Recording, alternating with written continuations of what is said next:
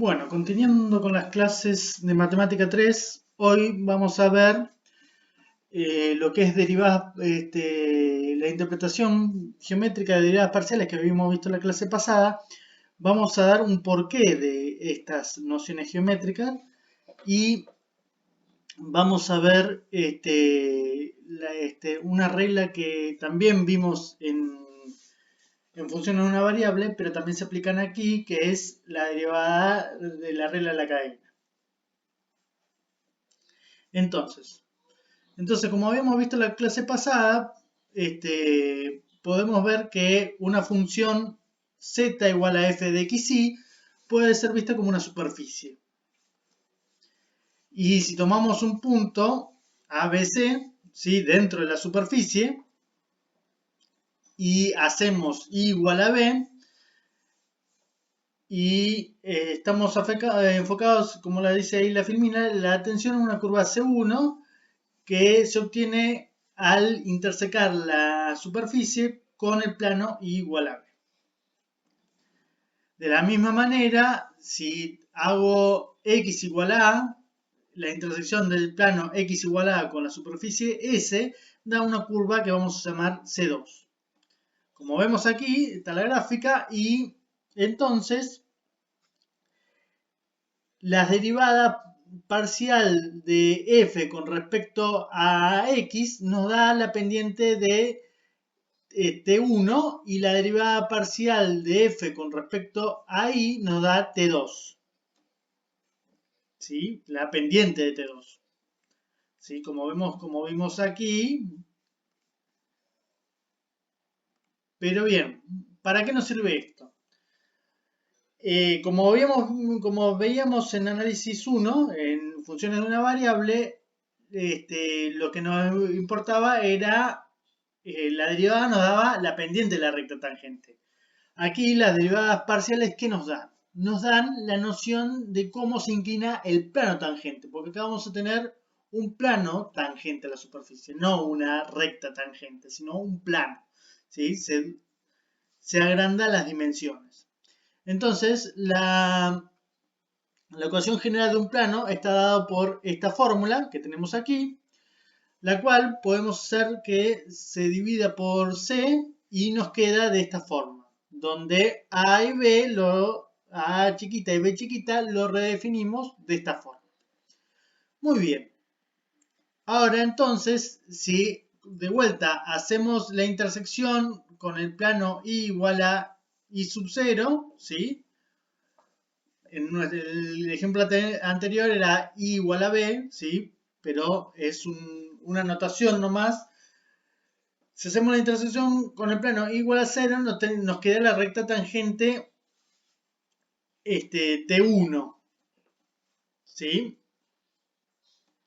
Y esto nos hace, al hacer igual a C, igual a I0, la ecuación esta nos quedaría z menos z sub 0 es igual a A por x menos x0, que es la ecuación de una recta que pasa por el punto x0 y z0 y pendiente A. ¿Sí? Y esa pendiente A es justamente la derivada parcial de f con respecto a x. ¿Sí? O sea, podemos adivinar cuánto vale a chiquita. Y de acá podemos saber los coeficientes del plano. De la misma forma, si hacemos la intersección con el plano x igual a 0 de la ecuación 1, nos quedaría z menos z sub 0 igual a b menos i menos i sub 0. Lo cual también es una ecuación de una recta que pasa por el punto i sub 0, z sub 0 y pendiente b, que es justamente la recta tangente T2. Y entonces el b chiquita vale la derivada parcial de f con respecto a y. Por lo tanto, podemos tener la ecuación general del plano, ¿sí?, de una superficie en un punto x0 y sub 0, z sub 0, dado por la ecuación esta, ¿sí?, que podemos identificar los parámetros A y B, ¿sí? Como habíamos visto en los puntos, en las filminas anteriores. Muy bien, un teorema importante de esto, si las derivadas parciales de f con respecto a x y de f con respecto a y existen cerca del punto AB y son continuas en el AB, entonces f es diferenciable, o sea, existe la derivada en el punto AB. Muy bien, hablando de diferencial, vamos a hablar un poco de diferencial. En el caso de funciones de una sola variable, y igual a f de x, definimos el diferencial de x como una variable independiente. Es decir, que puede tomar el valor de cualquier número real. La diferencial de y se define entonces como la derivada de f con respecto a x por diferencial de x. ¿Qué pasa en el caso de dos variables? Si tenemos z igual a f de x y, o sea, tenemos que z es en función de x y de y. Entonces, definimos ahora hay dos diferenciales que son variables independientes, que son el diferencial de x y el diferencial de y. Entonces, el diferencial de z va a ser la derivada de f con respecto a x, o sea, la derivada parcial de f con respecto a x, diferencial x, más la derivada parcial de f con respecto a y, diferencial de y. Muy bien. Ahora pasemos a regla de la cadena. Para funciones de una variable, la regla de la cadena, más de una variable tiene varias versiones. Vamos a ver dos versiones. Cada una de ellas define una regla para la derivada compuesta. Entonces, la primera versión, suponemos que z está en función de x y de y que x e y están en función de una variable t. ¿Sí? O sea, que f me va a quedar en función de t y x va a ser una función de t que va a ser g de t y también va a ser una función de t que la voy a llamar h de t. Entonces, ¿cómo puedo hacer la regla de cadena para esto? ¿Sí? Entonces, la regla de la cadena en el caso 1, supongamos que z, como habíamos dicho, es una función de x e y x e y son funciones de t, ¿sí? Como lo indica ahí el teorema. Entonces,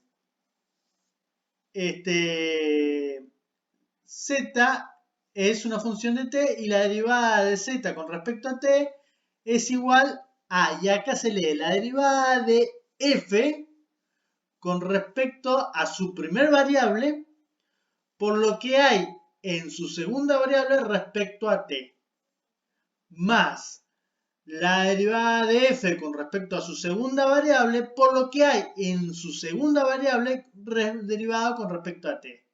¿Sí? Y si tuviera una función de tres variables sería la derivada de f con respecto a su tercera variable por lo que hay en su tercera variable respecto a t, ¿sí? A lo que voy a derivar.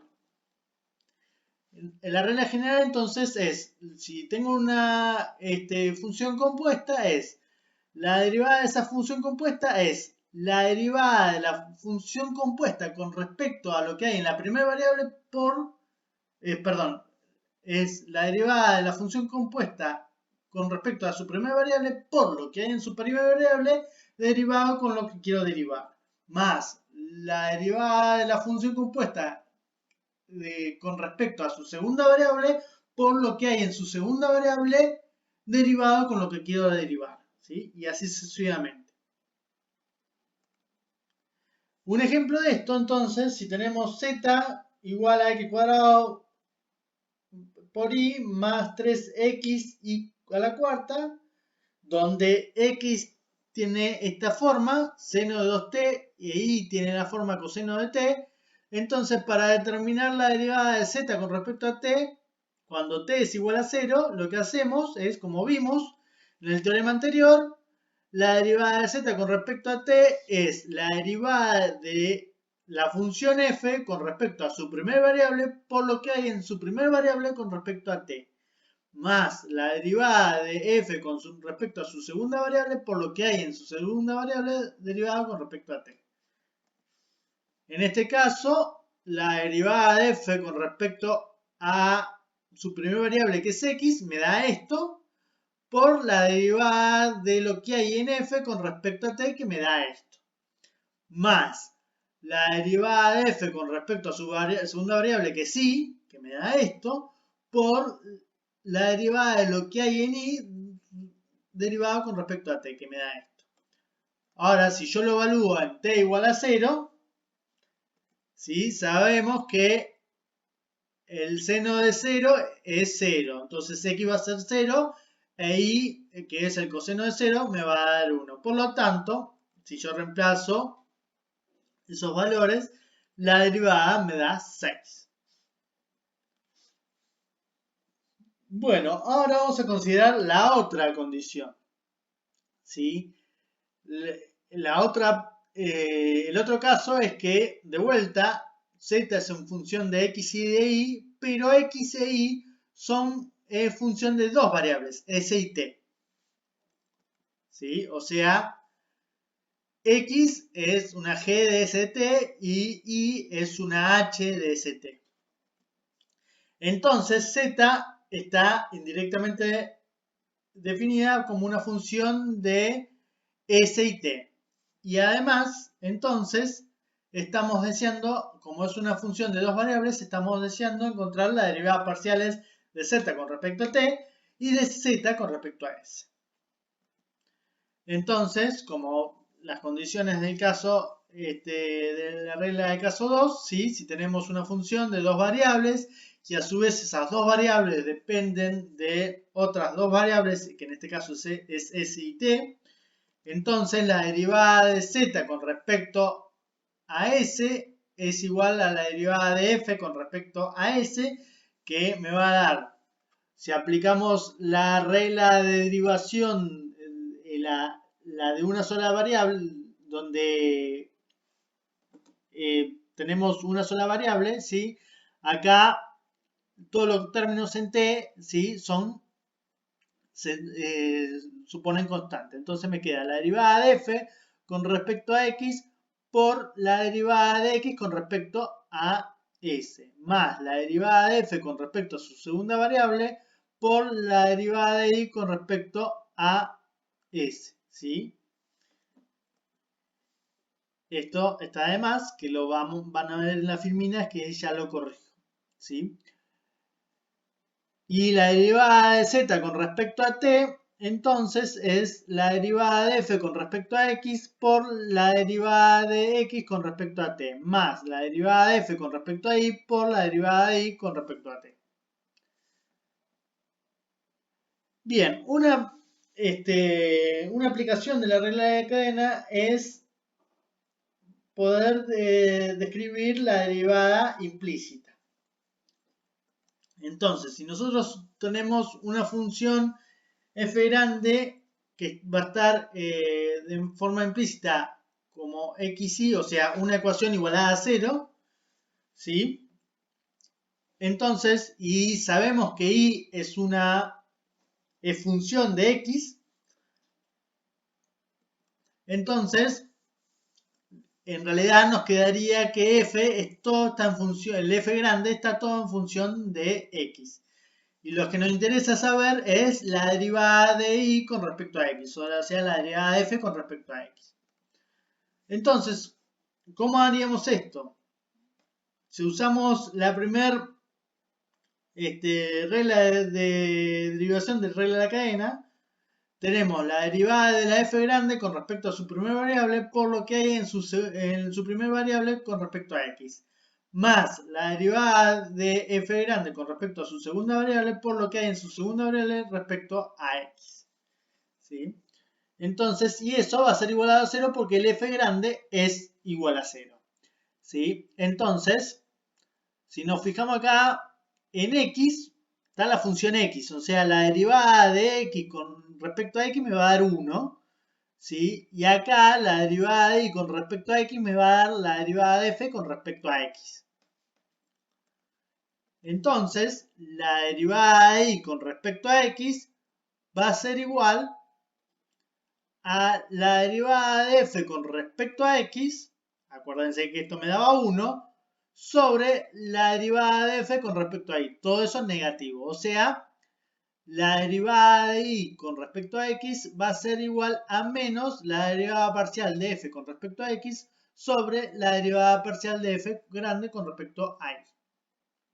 Un ejemplo de esto, si tenemos, queremos calcular la derivada de y sabiendo que satisface esta ecuación, entonces definimos la f de esta forma y entonces acá la derivada parcial de f con respecto a x me da esto y la derivada parcial de f con respecto a y me da esto, con lo cual la derivada de y con respecto a x es el negativo del cociente entre los dos. Ahora, si vamos a ampliar un poquito más, si en vez de tener una función de una sola variable, si tenemos a z como función de x y de y,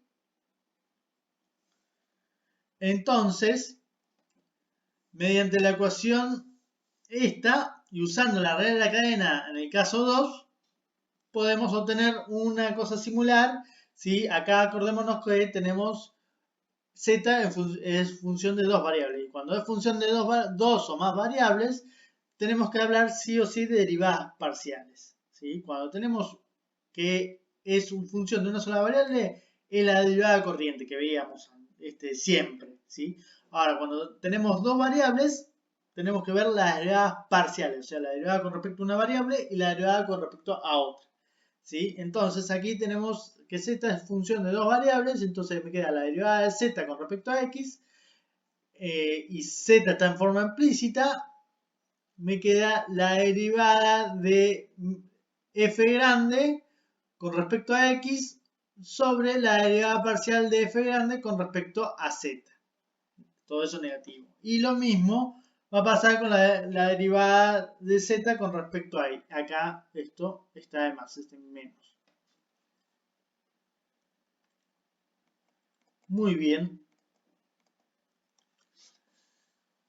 Bien, y por último vamos a trabajar la idea de derivadas direccionales. ¿Por qué? Porque nosotros lo que hemos visto era con derivadas parciales era cómo es el cambio en la dirección de x y la derivada parcial de f con respecto a y medíamos el cambio en la dirección de y.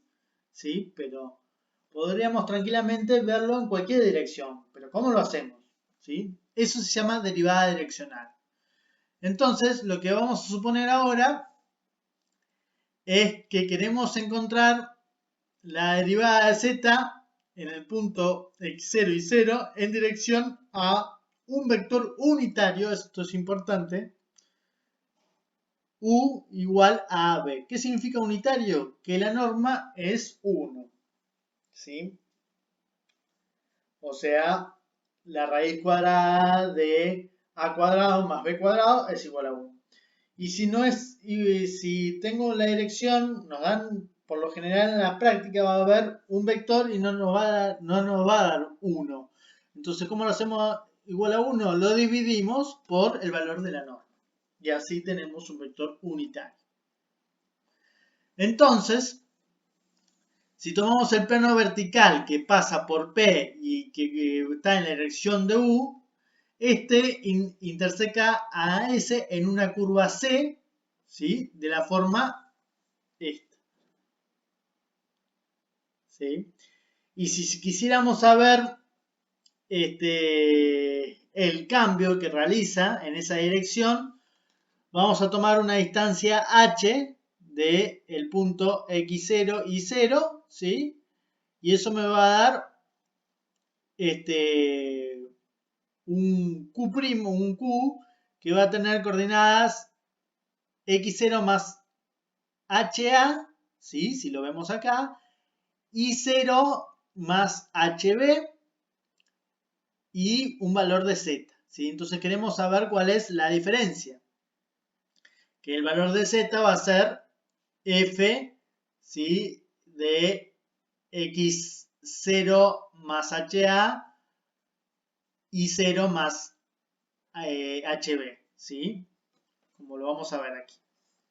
Entonces, la diferencia de incremento del Z va a ser F de X0 más HA y 0 más HB menos F en X0 y 0, el punto inicial, ¿sí? Sobre el tamaño que nos corrimos, H. Entonces, si hacemos tender a H tendiendo a 0, obtenemos justamente el cambio, ¿sí? El